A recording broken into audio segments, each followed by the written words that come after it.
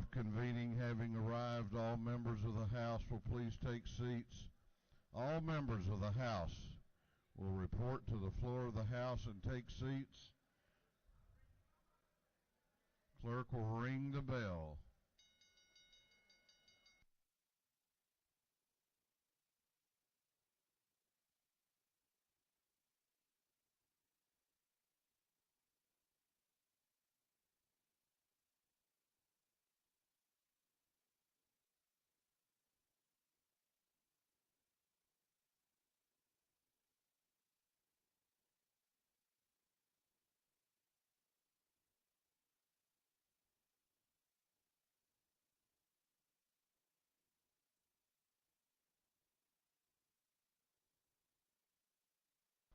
All members of the House will report to the floor.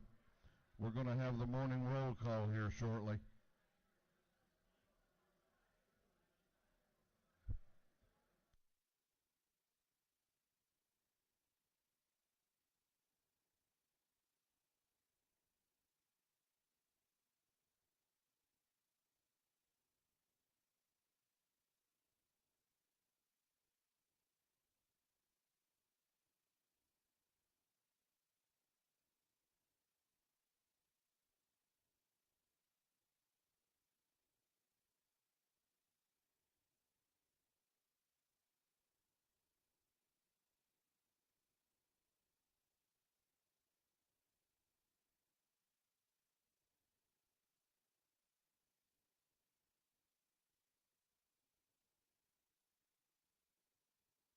We're going to have the morning roll call. All members present will please vote green to signify their presence in the chamber, and the clerk will unlock the machines.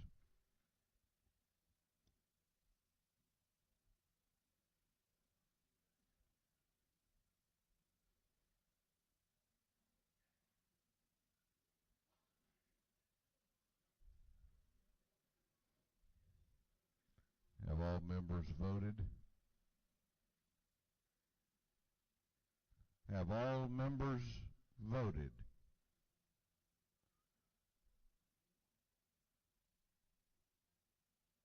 If so, the clerk will lock the machines. Doorkeepers will please close the doors and keep them closed. Good morning. Welcome to Legislative Day 9. I must have missed one somewhere. The one after the national championship game, I think I missed. We're going to begin our day as we do each day with scripture reading and prayer by the chaplain, after which we will pledge allegiance to the flag of our country. Our chaplain this morning will be introduced by the representative from the 57th House District, Representative Pat Gardner. Representative Gardner.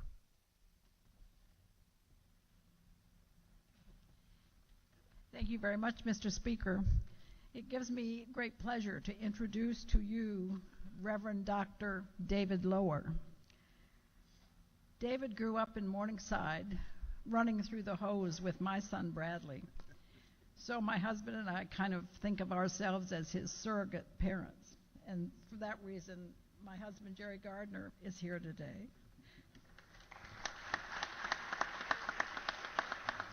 Team Gardner's secret weapon. David, as I mentioned, grew up in Atlanta, was the valedictorian of Woodward Academy, went on to Harvard, and then came back to Atlanta to Candler to get his Doctor of Divinity. We're thrilled that he's come back to Atlanta to serve as the senior pastor of St. Luke's Presbyterian Church in Dunwoody. He clearly is a spiritual leader for our family, and I believe you will enjoy his message this morning. You may remember he came last year. It was the day after the Super Bowl. So prayer was definitely in order that day. Anyway, thank you very much for allowing me to invite Reverend Dr. David Lower.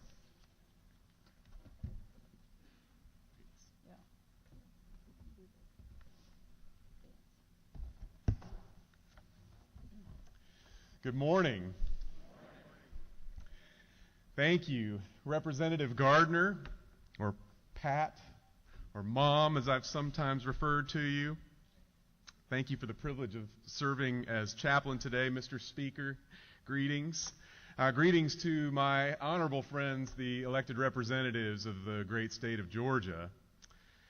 And I would like to personally greet and thank Representative Tom Taylor of the 79th District of Dunwoody. And I want to note for Tom that my 9-year-old daughter, Anna Jean, last night learned for the first time about the legislative process and sent me with a letter to deliver to Tom this morning. So God help him now that she knows. I would also like to bring greetings from Dunwoody to all those who make this great house of democracy work. The staff people and lawyers and secretaries, support staff, technical staff, documentarians, pages, and custodians. Thank you for who you are and what you make possible for citizens like me and like us. Last night I had the privilege of running into one of the great gentlemen Georgia has ever made, the Honorable former Representative Jim Martin, for whom I used to serve as a page in this chamber as a young boy.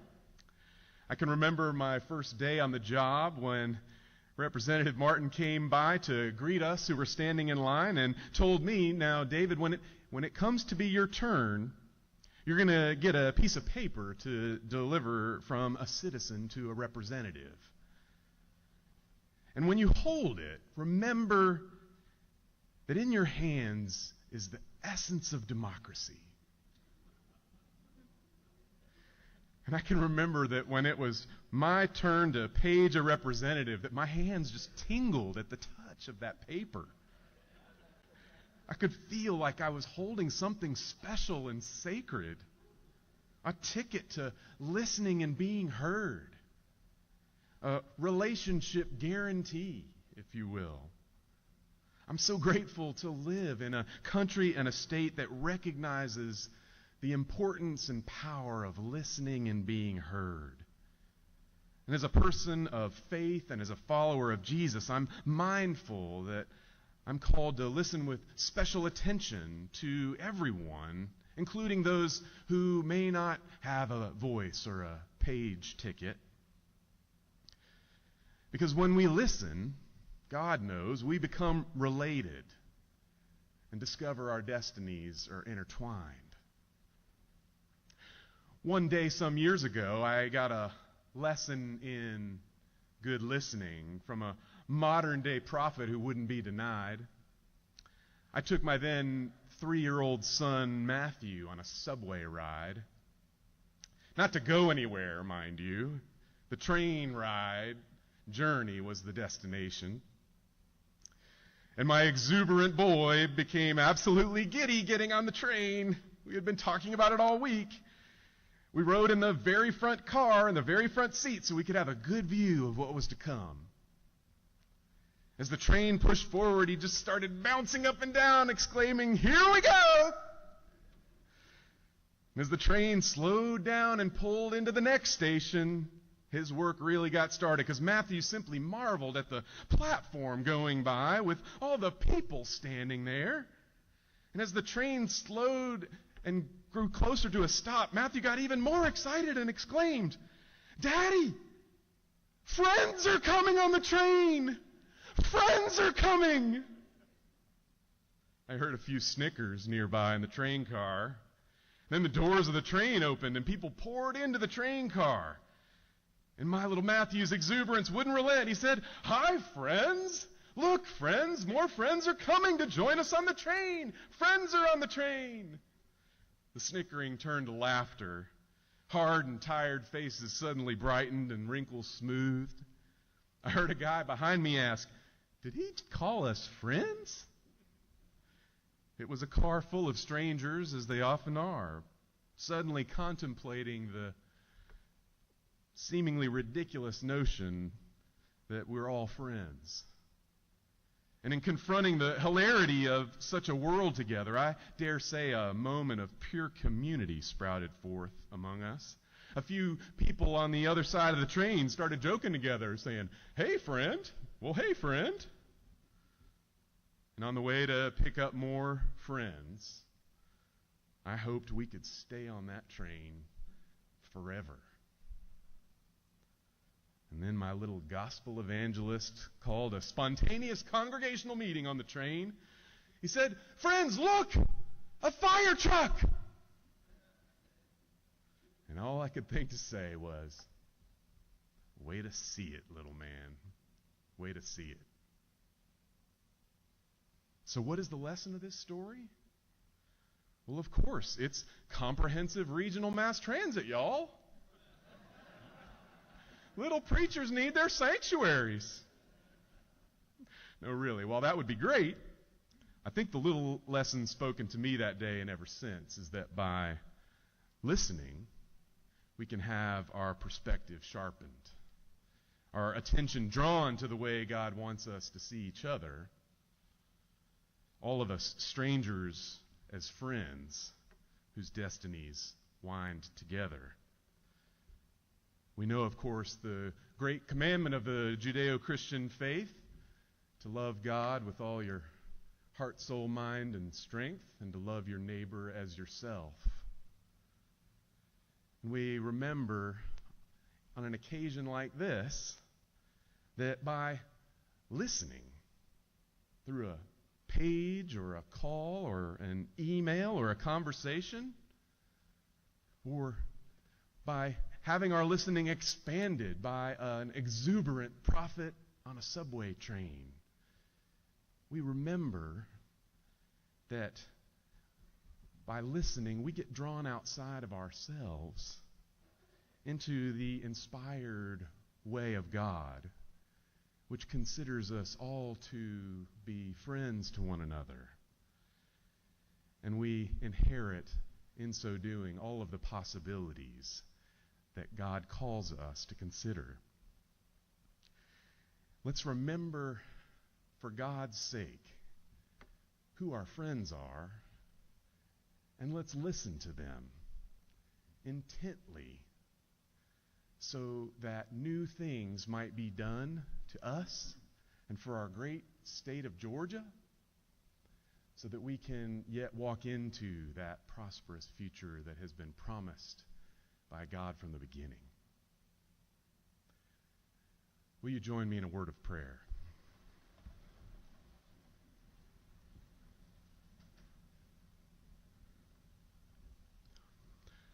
O holy God, we give you thanks this day for our many blessings.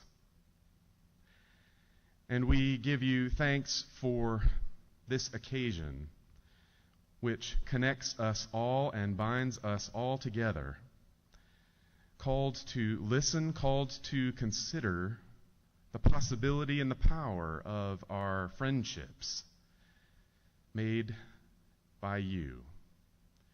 May all the listening and connecting and considering that we do this day be powered by your way and by your Spirit, so that your will might be done for us and for all God's people in Georgia. In your holy name we pray. Amen. Will you join me in the pledge?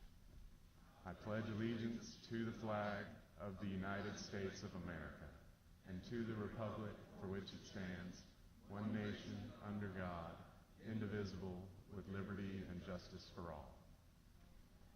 Well done, David. Thank you. Thank you very Thank you, Speaker Olson. I really appreciate this honor. Thank you. Thank you. Doorkeepers will unlock the doors.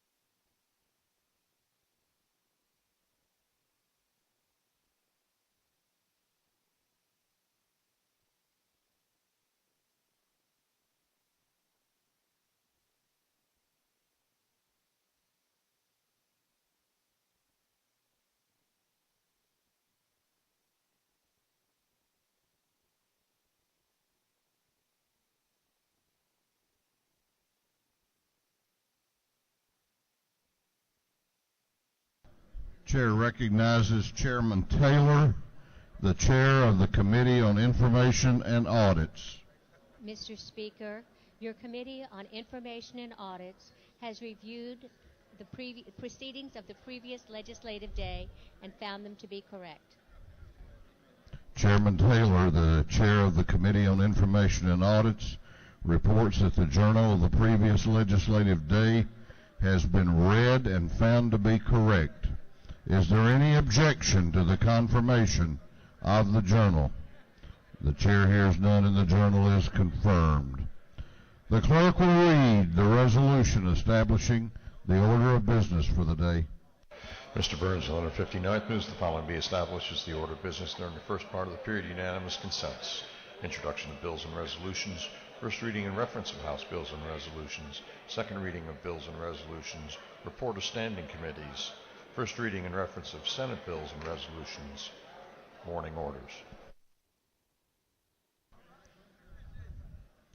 Is there any objection to the adoption of the resolution establishing the order of business for the day? The chair hears none and the resolution is adopted. First reading of bills and resolutions. The clerk will read. House Bill 725 by Representative Cox from the 108th and Chandler the 105th. Bill being titled an act to amend Code Section 46-3-266 of the Official Code of Georgia annotated relating to voting by members generally. Energy, Utilities, and Telecommunications. House Bill 726 by Representative Jones of the 47th, Martin of the 49th, Price of the 48th, Silcox of the 52nd, Willard of the 51st, and others. Bill being titled Act to provide for a new homestead exemption from Fulton County School District ad valorem taxes. Intergovernmental Coordination. House Bill 727 by Representative Coomer, the 14th, Battles of the 15th, Kelly the 16th. Bill being titled Act to authorize Bartow County, Georgia to exercise all redevelopment and other powers under the Georgia Constitution. Intergovernmental Coordination. House Bill 728 by Representative Coleman of the 97th, Dickey the 140th, Earhart of the 36th, Burns the 159th, Nixon the 69th. Bill being entitled Act to amend an act relating to education, to revenue, and taxation. Ways and Means.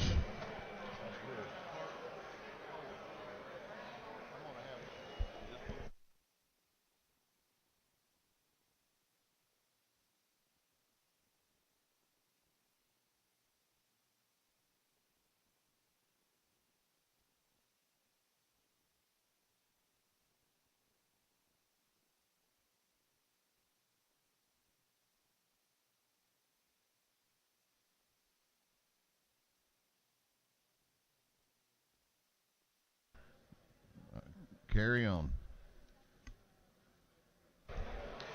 House Bill 729 by Representative Harrell of the 106th, Fryer of the 118th, Corbett of the 174th, and Bentley of the 139th.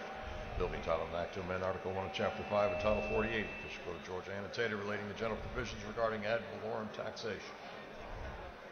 Ways and Means. House Bill 730 by Representative Hawkins of the 27th, Dubnik of the 29th, Donahue of the 30th, and Barr of the 103rd. Bill being titled an act to amend an act incorporating the town of Claremont. Intergovernmental Coordination. House Bill 731 by Representative Buckner of the 137th, Peak of the 141st, Hughley of the 136th, Holmes of the 129th, Chandler of the 105th, and others. Bill being titled an act to amend Chapter 8 of Title 48 of the Code of Georgia annotated relating to sales and use taxes. Ways and Means. House Bill 732 by Representative Silcox of the 52nd, Coomer of the 14th, Reeves of the 34th, Ballinger of the 23rd, and Golick of the 40th. Bill be titled an act to amend Code Section 16-5-46, the Official Code of Georgia annotated relating to trafficking of persons for labor or sexual servitude. Judiciary Non-Civil. Senate Bill 194 by Senator Stone of the 23rd, Albers of the 56th, Tillery of the 19th, and Hartman of the 16th. The bill be titled an act to amend Chapter 4, Title 18 of the Official Code of Georgia annotated relating to garnishment proceedings. Judiciary. Senate Bill 304 by Senator Albers of the 56th and Schaefer of the 48th. Bill being titled Act to provide for a homestead exemption from the city of Johns Creek ad valorem taxes. Intergovernmental Coordination. That completes first readers. Second reading of bills and resolutions. The clerk will read.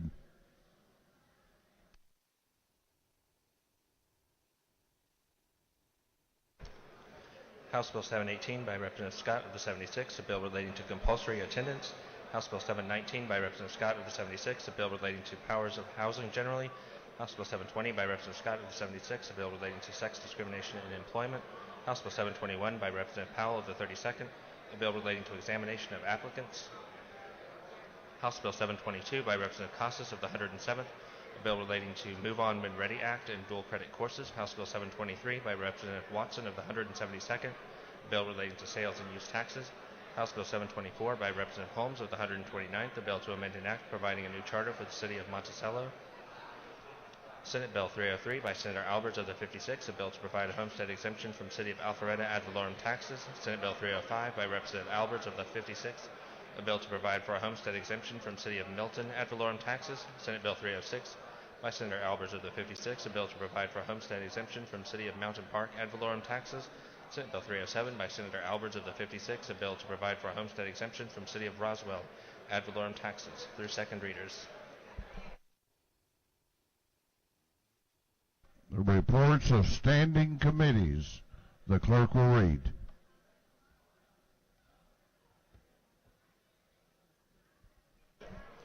Representative Wendell Willard of the 51st District, Chairman of the Committee on Judiciary, submitted the following report. Mr. Speaker, the Committee on Judiciary is under consideration the following bills of the House and has instructed me to report the same back to the House with the following recommendations.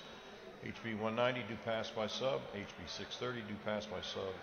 Respectfully submitted, Representative Wendell Willard of the 51st District, Chairman.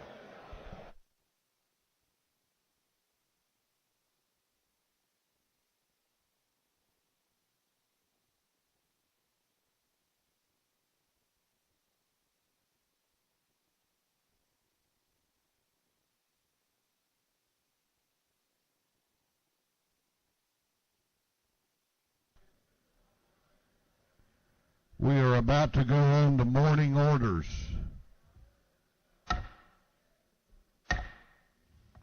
This House will be in order. All members that are in the chamber, please take your seats and cease conversation.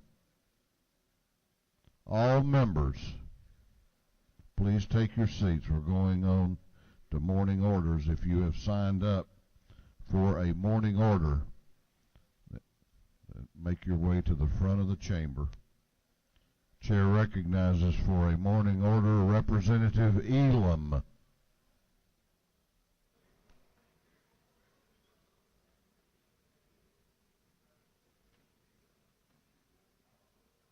Chair recognizes for a morning order Representative Frazier.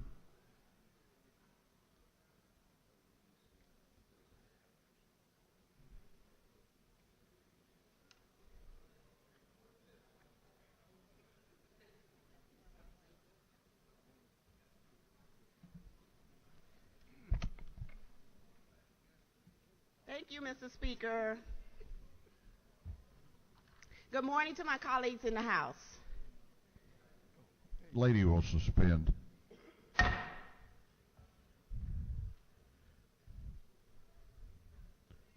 For the second time, the chair is going to ask all members that are here in the chamber to please take your seats and give attention to the members in the well. If you have more pressing matters, then take them outside the chamber. Lady will continue. Thank you. I would just like to thank all my colleagues that are here with me, that are standing by me today. Many of them have served on a sickle cell study committee and have been with me here through this fight that we've had for over 12 years since I've been here at the state capitol. I would like to do this in a two-part morning order. Up in the gallery, it is Sickle Cell Day at the state capitol, and you will see a flood of red throughout the state capitol today. We are going to do a very special moment, this moment, to honor the parents that are up in the gallery that have lost loved ones to this dreadful disease. And when I call their names, I would like the family members to please stand. And when I am done, I would like for the body to please stand and let's have a moment of silence for these great Georgians. Douglas DeVoe, age 25. Terrence Easter, age 22. Carsman Eason, age 26. Tori Green, age 31. She leaves a 4-year-old son with sickle cell disease. Justin Jackson, age 21. Shannon Morris, age 25. And our youngest, Dominique Simone Simmons, age 19. At this time, colleagues, would you please stand and let's have a moment of silence.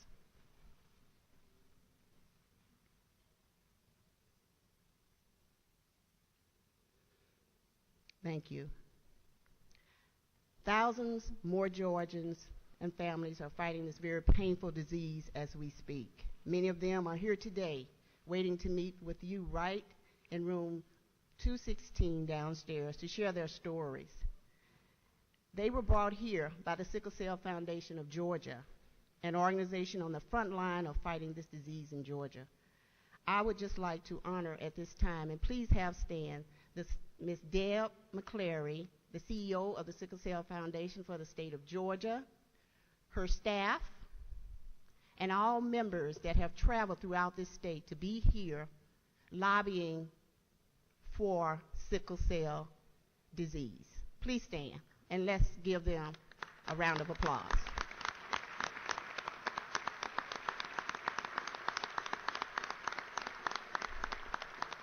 We are also honored to have with us our Georgia Sickle Cell poster child. Kendrylyn is in the gallery. Please stand, Kendrylyn, and wave your hand so we know who you are. That is the poster child for sickle cell. And I'd just like to do this special shout out to my mentor that has been here with me for 12 years, Ms. Jackie George. She's probably up there, or she's working hard like she always is. Jackie, raise your hand if you're there. We all know that the money in the state has been tight. Our funding went away years ago during the recession. But last year, my friend in the Senate, Senator Renee Alderman, took action and reinstated some funding to fight sickle cell disease in Georgia, along with the Department of Public Health. But it still falls well short of what we need to do to meet the growing needs of our state. I will be calling on all of you to join me in the fight against this disease. I'll be asking you in the coming days and weeks to step up to the plate like Senator Alderman and my colleagues in the Senate and the DPH, so that members of the House can look at our constituents in the eye and tell them that we are doing our part and to the solution to fighting this disease as well. Everyone here has constituents that are impacted by this disease, and I look forward to working with every one of you toward finding a cure and possible solution to this disease. So please join me for it's a program and lunch in room 216 downstairs. They will be here until 2 p.m. today. So please stop by and visit your constituents and listen to their stories so that you can understand the impact that this disease has. And eventually, we will come not with just legislation and appropriation. We will find a cure to eradicate this disease. Thank you, Mr. Speaker.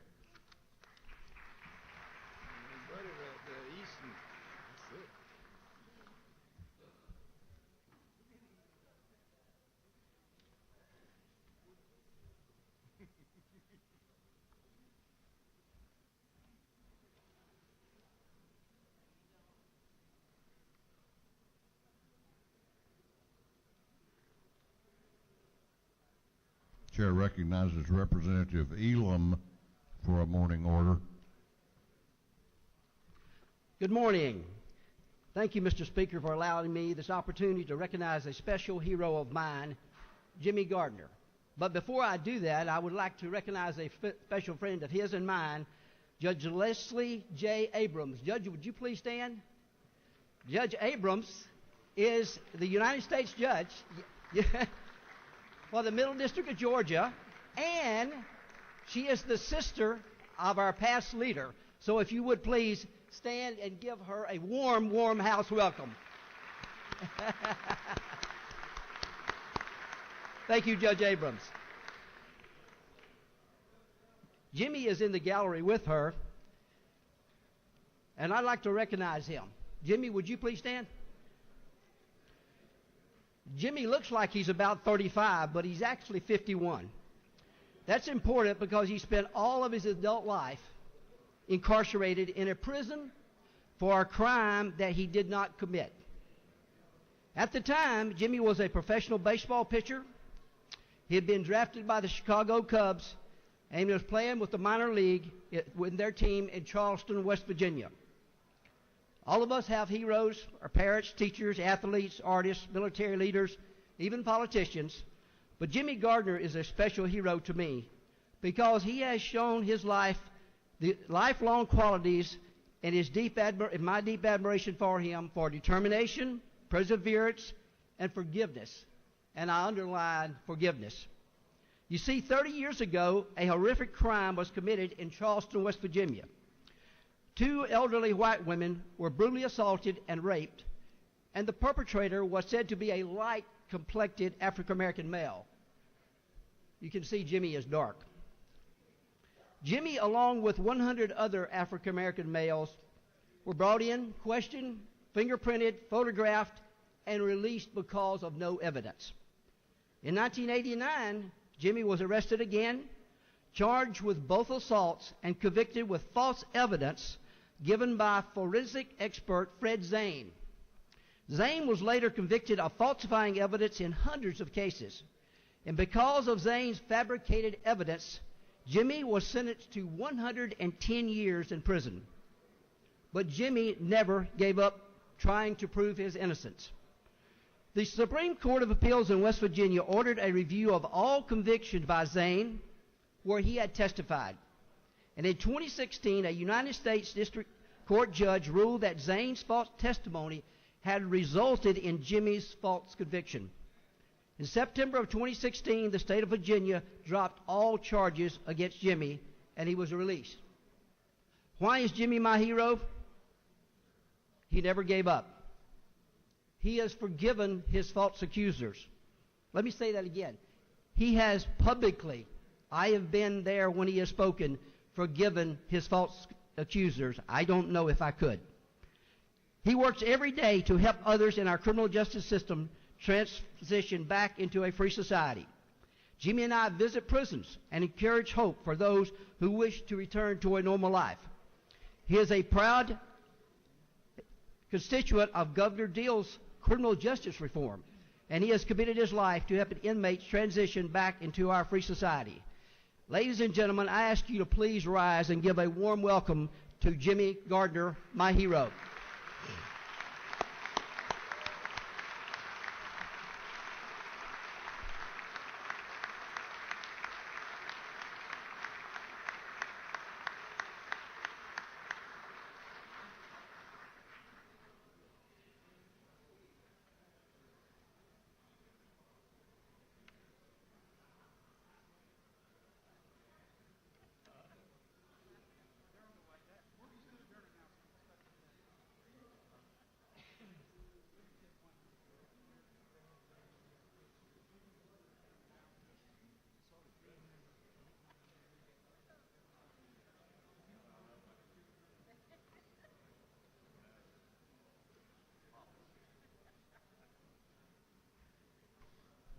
Chair recognizes Chairman Tankersley and the Majority Leader, Leader Burns, for a morning order. And Chairman Parrish. Good morning. Thank you, Mr. Speaker. In the House today, we have the pleasure of hosting the Linda Brandon Williamson Leadership Class of 2018. The mission of this foundation is to give young women guidance, mentorship, and a path to maximize their potential, both professionally and personally. In conjunction with the University of Georgia's Fanning Institute, they are offering, for leadership development, the foundation is offering leadership classes which consist of 8 sessions, each of which address issues that women in leadership encounter and include an assessment of individual styles, career development, work-life balance, and tools for effective leadership. House colleagues, please join me in welcoming the Linda Brandon Williamson Foundation Leadership Class of 2018. If you would please stand and let us recognize you. Thank you. Good job.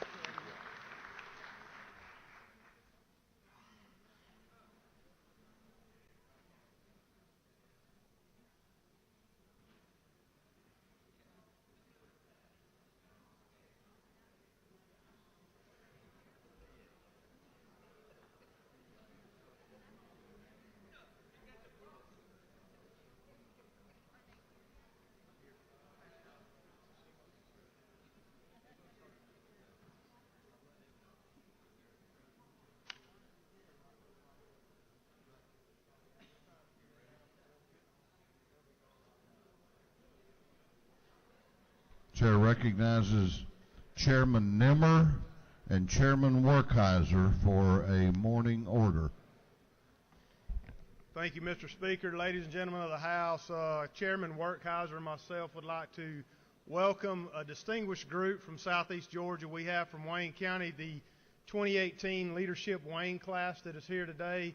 They're going to be making their way up into the gallery momentarily, but they'll be around the Capitol until about 2 or 3 today, popping in on several committee meetings. If you see them, please extend a hand of welcome to them and greet them. They are here to learn more about engaging government and being helpful citizens, so we appreciate that and appreciate you making them feel welcome.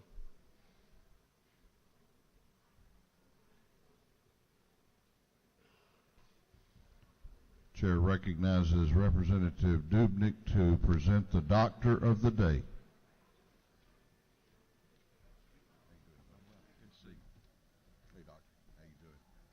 Thank you, Mr. Speaker, and ladies and gentlemen of the House, it's my honor and privilege this morning to present Dr. Frank McDonald, Jr., who is the current president of the Medical Association of Georgia. He was elected to that position at their annual meeting in Savannah last October. He's a board-certified neurologist and the chair of operations, as well as the chair of the management board at Longstreet Clinic in my hometown of Gainesville. Dr. McDonald received his medical degree from the University of Mississippi Medical School and completed his residency and fellowship in neurology at University Hospital in Jackson, Mississippi. He then went on to earn an MBA from Emory University's Guazetta School of Business. He served as the Speaker of MAG's House of Delegates for the past 2 years and as a graduate of the MAG Foundation's Georgia Physicians Leadership Academy. He recently completed a term as president of the Georgia Neurological Society, and he still serves on its board of directors. Again, he lives in Gainesville with his wife, Shanta, and their 3 daughters. Please help me welcome Dr. McDonald. Go ahead. Well, thank you so much for having me here as president of the Medical Association of Georgia. I would like to extend my personal thanks and the thanks of the 8,000 members of MAG to you for spending your time away from home, spending your talent and your efforts to make Georgia a better place for the citizens of Georgia and the patients and the medical profession. Thank you so much. Thank you. Appreciate it. We'll get a picture, Mr. Speaker. I'm going to take a picture.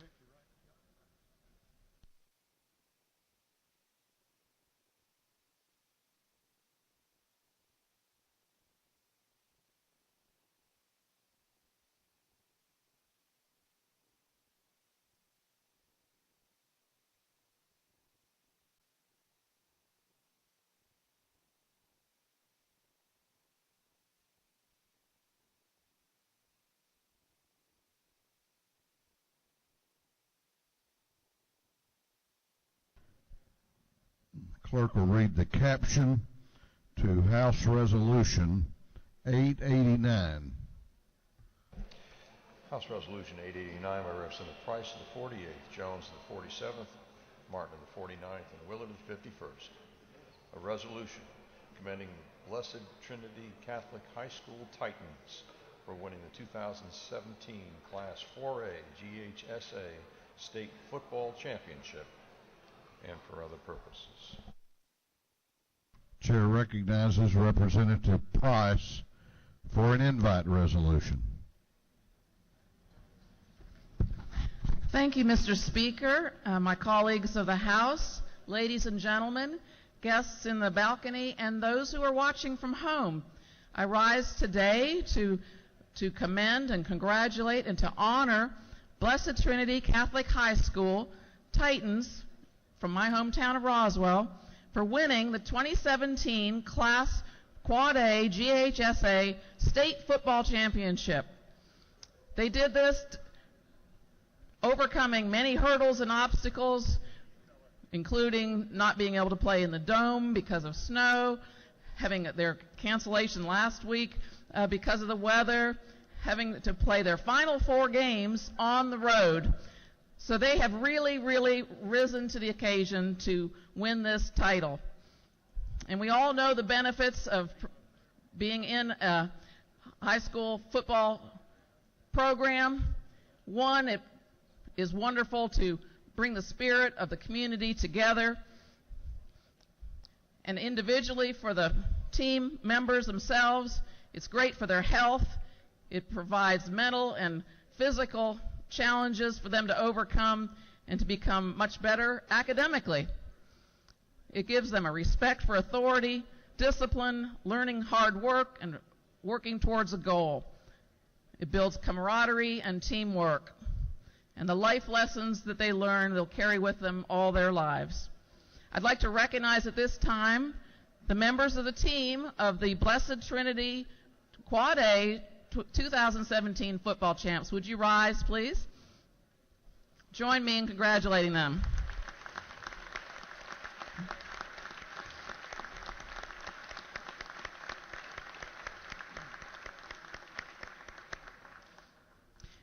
And Representative Jones, Representative Willard, and Representative Martin and I would also like to welcome those to the podium here this morning. We have the principal of the school, Brian Marks, the athletic director, Ricky Turner, the head coach, Tim McFarland, and assistant coaches, Tom Hall and Michael McHenry. And Coach McFarland is going to say a few words on behalf of the coaches. And as a personal aside, I've known Coach McFarland for many years, and our families know each other, and we have nothing but respect for him. He's also won a state championship in the public sector, so he's one of the few that in the state have won football championships in both public school and in the independent system. So with that, I'd like to introduce Coach McFarland.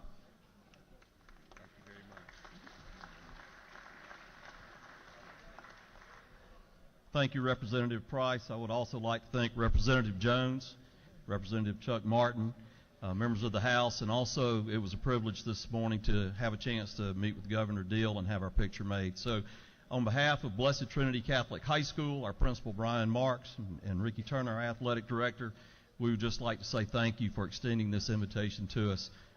This is quite a day for us to get to come here and see what you guys do on a regular basis. So thank you very much. We appreciate it.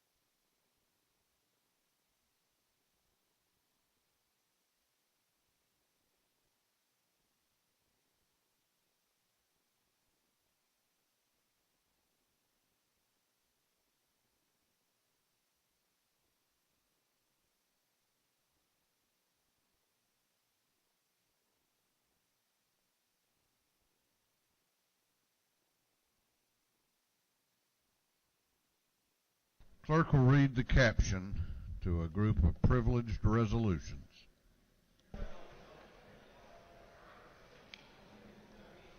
Recognizing and commending Mr. Emerson Mason for his extraordinary accomplishments and lifetime of public service. Commending H.E. Shelton. Commending and congratulating Dorothy Reese.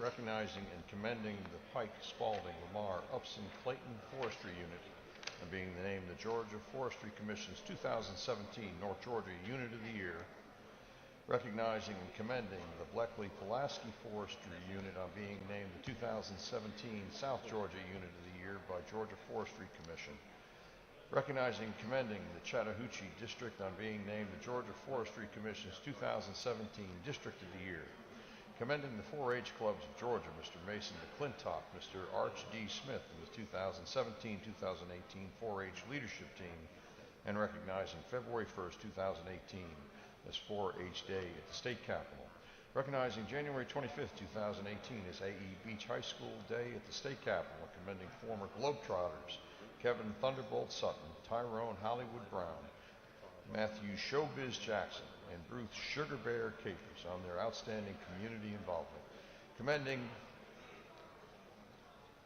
and congratulating Dorothy Reese. That completes the reading of the privilege resolutions.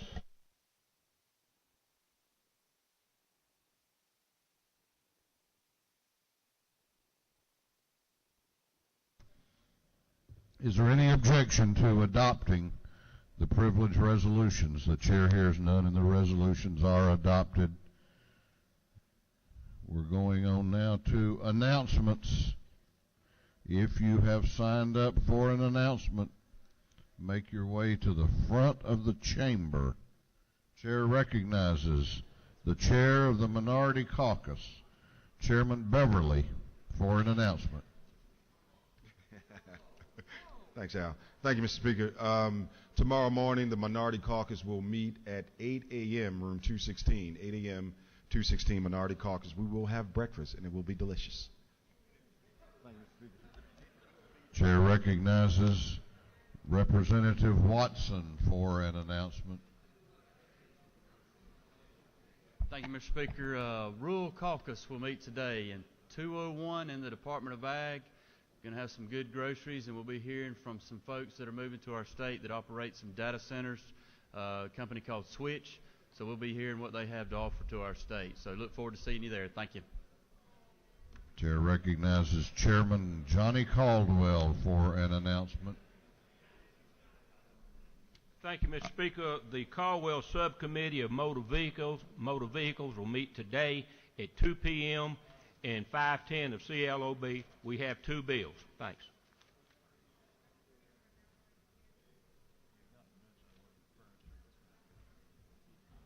Chair recognizes Chairman Battles for an announcement. Thank you, Mr. Speaker. Retirement Committee will meet this afternoon at 2 in room 515. We have a long agenda, and we need all of the committee members to be there so that we can do this business. Thank you. Chair recognizes Chairman Werkheiser for an announcement. Thank you, Mr. Speaker. The Industry and Labor Committee will meet this afternoon at 3 o'clock in room 506 at the CLOB. And if the chair would allow me, the group that Chairman Nimmer and I recognized this morning has made their way to the gallery. So if you would please recognize them from leadership, Wayne County.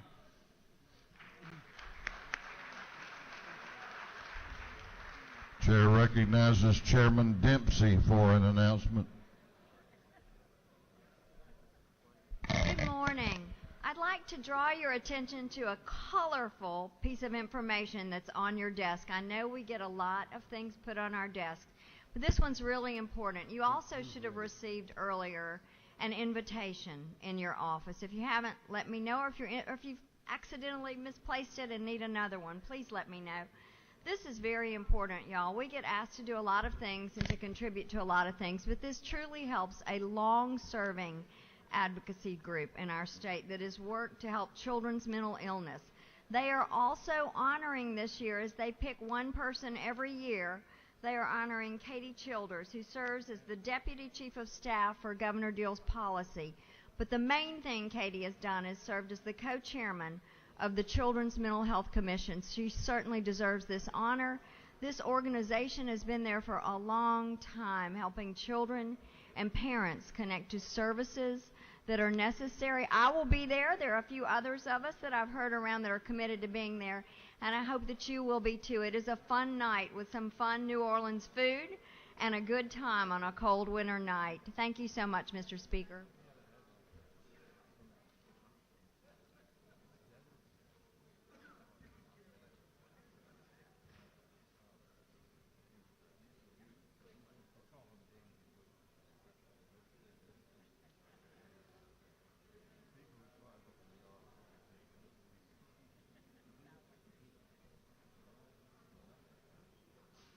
Chair recognizes Representative Reeves for an announcement. Thank you, Mr. Speaker. The Cobb County delegation will meet at noon in room 307 in the CLOB. Thank you.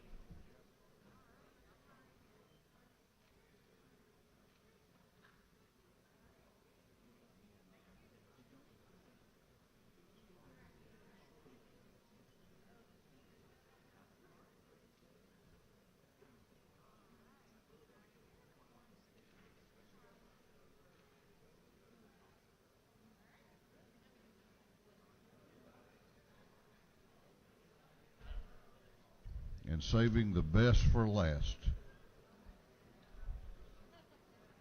Chair recognizes the chair of the House Rules Committee, Chairman Meadows, for an announcement. Thank you, Mr. Speaker. Ladies and gentlemen, tomorrow morning at 9 o'clock we'll have the first Rules Committee meeting. We're back.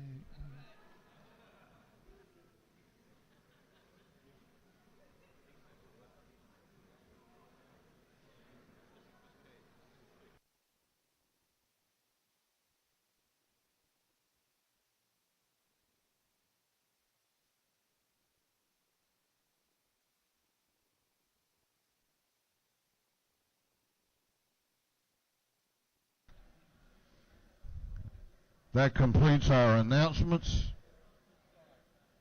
The chair recognizes the majority leader of the House for a motion. Mr. Speaker, I'd like to move that this House stand adjourned until 10 a.m. tomorrow, Thursday, January the 25th, 2018. The majority leader has moved that this House be adjourned until Thursday, January 25th at 10 a.m. All those in favor of the motion will say aye. Those opposed will say no. The ayes have it, and this House will be adjourned until tomorrow morning at 10 a.m.